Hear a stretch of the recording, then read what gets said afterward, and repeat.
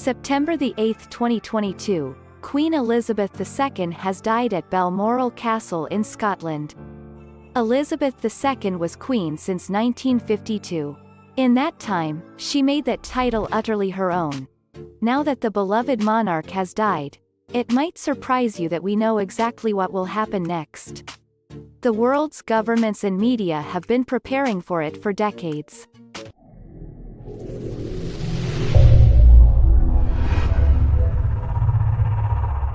Number 10. Previous royal deaths have gone terribly. Despite a reputation for pomp and circumstance, previous royal funerals and ceremonies have been disasters. At the funeral of Princess Charlotte, the undertakers were drunk. George IV needed to hire prize-fighters at his coronation to stop the distinguished but belligerent guests from hitting each other. It was so cold when the Duke of York was buried in 1827 that the Foreign Secretary got rheumatic fever and the Bishop of London died. Even Queen Victoria's coronation was unimpressive. The clergy forgot their words, and the coronation ring didn't fit. Even as recently as 2002, there have been significant blunders in royal ceremonies. When the Queen Mother died, over 250 commercial radio stations were unable to announce the news. The plan was to send an automated obit signal immediately after the official announcement. This would allow them to be some of the first broadcasters to break the news. However, in what one insider succinctly described as an enormous cock-up, someone pressed the wrong button and the announcement was not sent. As a result, 258 radio stations were left completely in the dark about one of the biggest news events of the year. Number 9. The planning is like something from a spy film. The last time that a British monarch died, which was in 1952, the news was conveyed using the code words, Hyde Park Corner. This was to prevent switchboard operators from finding out and leaking the news early. The Queen Mother's funeral plans were similarly referred to under the code name, Operation Tay Bridge.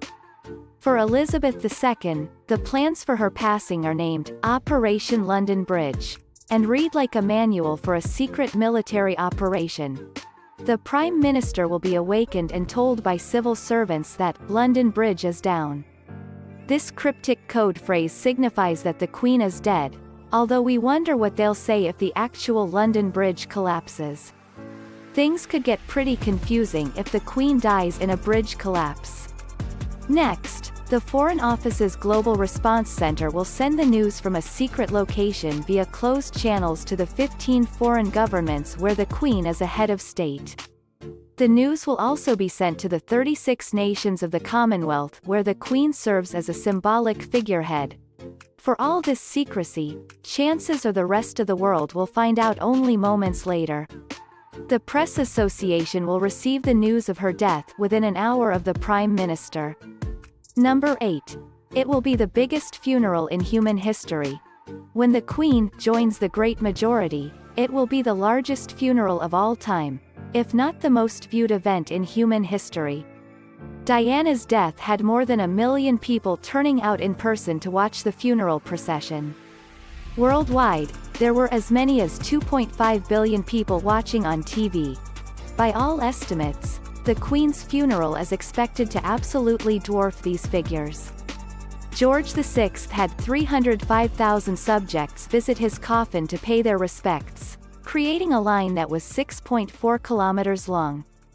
Current predictions for the Queen's funeral estimate at least 500,000 mourners. That's 500,000 people queuing up to enter a single room. An entire nation will alter its appearance as the royal bureaucracy kicks into gear. Public TV screens will be erected across the country so that people can watch the funeral. Almost all flags will be lowered to half-mast, and almost all businesses and shops will close. Foreign dignitaries from around the world will abandon their plans so that they can visit a tiny, wet island in the North Atlantic instead. Number 7. The whole funeral process will be like something from the 1800s. Britain will use all the tradition, pomp, and ceremony it can muster, essentially turning back time by 200 years. Horses, carriages, cannons, and traditional military uniforms will flood the streets of London, while the air will fill with the sound of tolling church bells. Old systems, traditions, and ceremonies will be revived. Some have not been seen in over 6 decades, if at all. Even the official announcement will be made by a royal footman pinning a notice on the palace gates, informing passers-by of the monarch's death. The media is no exception to this revival of old customs, as the BBC will activate RATS. This stands for Radio Alert Transmission System, or Royal About to Snuff It, as it's sometimes jokingly called in the BBC offices. Designed during the Cold War to withstand an attack on Britain's communications network, RATS has become legendary among the BBC staff. Most employees have only seen it during tests, and many have never seen it work at all.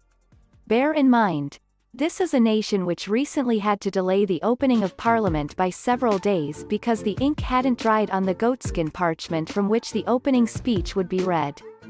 The UK is not afraid to look old-fashioned for the sake of a good show. The Queen herself understands the importance of old-fashioned theatrics.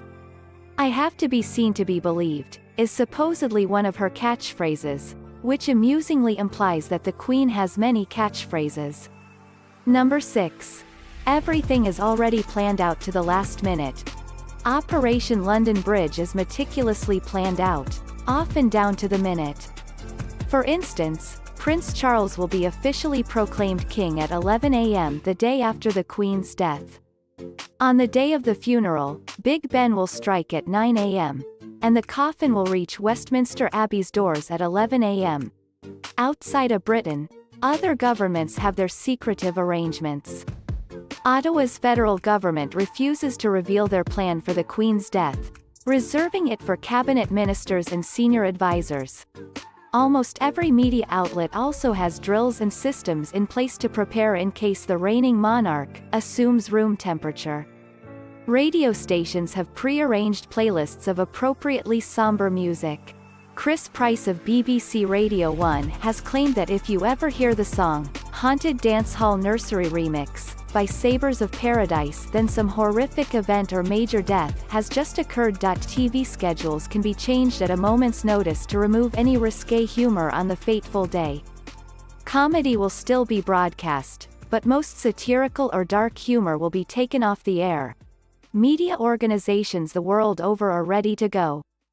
For example, CNN has a number of pre-recorded packages on the Queen's life, which can be broadcast immediately after they're notified of Elizabeth's death. British newspapers like The Times are rumored to have up to 11 days' worth of articles prepared. Broadcasters Sky News and ITN have regular rehearsals and drills, referring to the Queen as Mrs. Robinson, and many channels already have contracts with royal experts for exclusive interview. Number 5. Everyone will be judged for every tiny mistake. Every broadcaster needs to be prepared because they know they'll be under incredible scrutiny. When the Queen Mother died, newsreader Peter Sissons happened to be wearing a red tie and was promptly hounded by the national media for his apparent disrespect. He was caught red-handed or at least red-tied. Sissons and the BBC in general were also accused of not providing enough information and treating it as just another news story. This incident was hugely influential in how the British media present celebrity deaths. Now, in the age of social media, the judgment will be even harsher. Most news channels have black formal wear on hand 24/7 in case of a sudden death. Programs will stop, networks will merge, and pre-written scripts will be read aloud. Then the royal standard will be shown, and the national anthem will play. All commentary and discussion will be saved for later so that the networks can't be accused of being disrespectful. Number 4.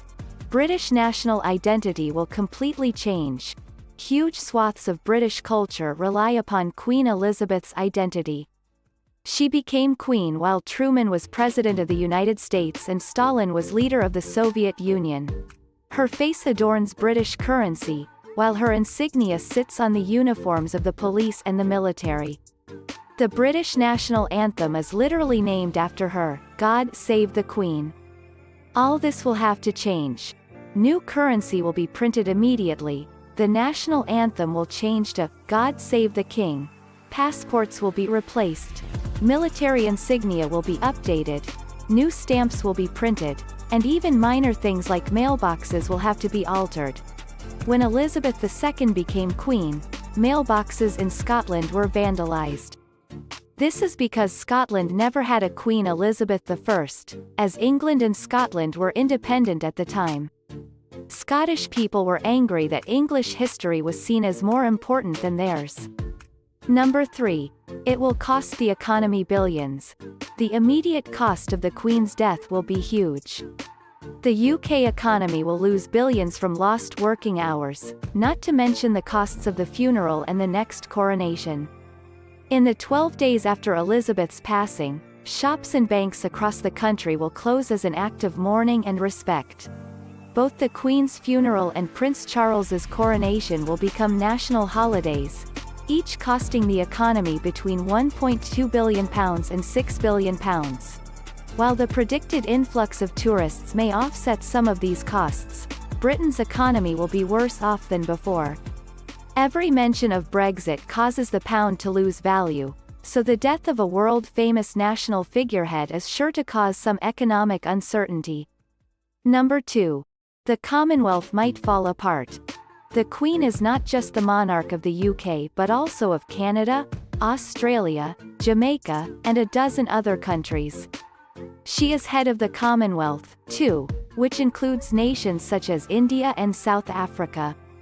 Her image and influence unite roughly 1/3 of the world's population, and her death may well spell the end of that unity. Australia has long had a powerful republican movement. Perhaps, a new, less popular monarch could push it over the edge. Number 1. Britain might become a republic. Although most surveys suggest that the monarchy remains popular with the British public, a new king without the same history, stability, or recognition might change that. Historian Greg Jenner has claimed that public admiration for Queen Elizabeth is a massive factor in current support for the monarchy. She's truly remarkable. Few believe that the monarchy will immediately fall apart without her, although there is speculation that public support will slowly drop off. Jeremy Corbyn, the current left-wing leader of the opposition, is a Republican after all. That is, he wants the UK to be a republic.